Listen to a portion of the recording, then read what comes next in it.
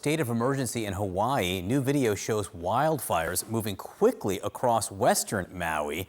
Hurricane-charged winds are making it nearly impossible to battle at least 5 separate fires, including one that did move through a Maui neighborhood.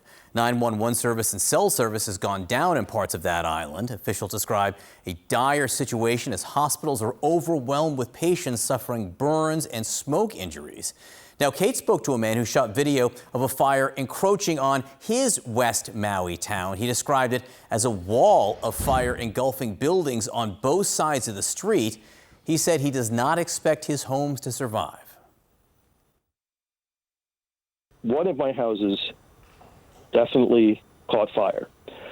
The other houses are each a block away, and I did not see them burn, but I recognize there is a very good chance that they are not there anymore.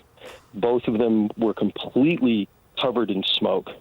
After I started to evacuate, I went back to just check to see if the house was on fire or not.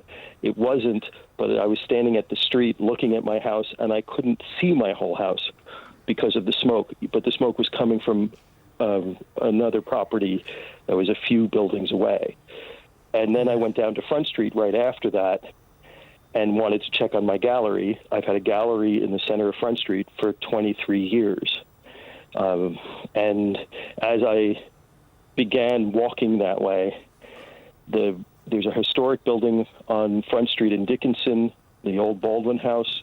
The roof was on fire, and I started taking a video of it because I was amazed that there were no fire trucks there.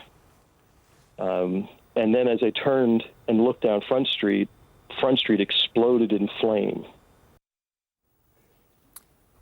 Just remarkable pictures there. And earlier we also spoke with a Hawaiian official who told us that these fires are not at all under control. CNN's Derek Van Dam, you can see him. He is with us now.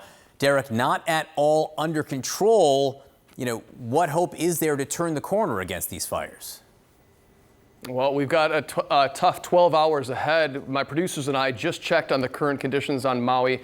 Winds are gusting to 66 miles per hour within the past hour. So clearly still funneling and fueling some of these flames. So what you're looking at, and the video you saw directly before me, is from Lahaina on the western side of Maui. You got to understand that this is the economic hub of Maui. This is where residents go. This is where residents live. This is where tourists go to vacation.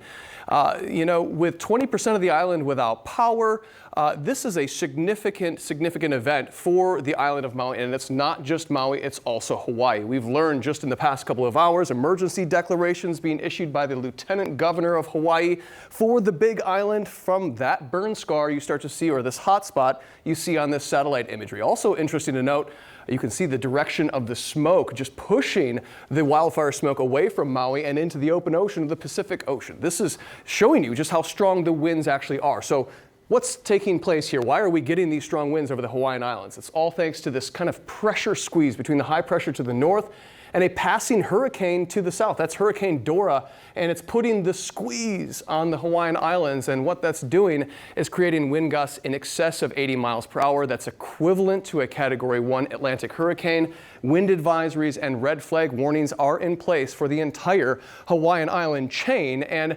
similar to what we experienced in Southern California with Santa Ana winds, we are having this wind come up and over mountaintops.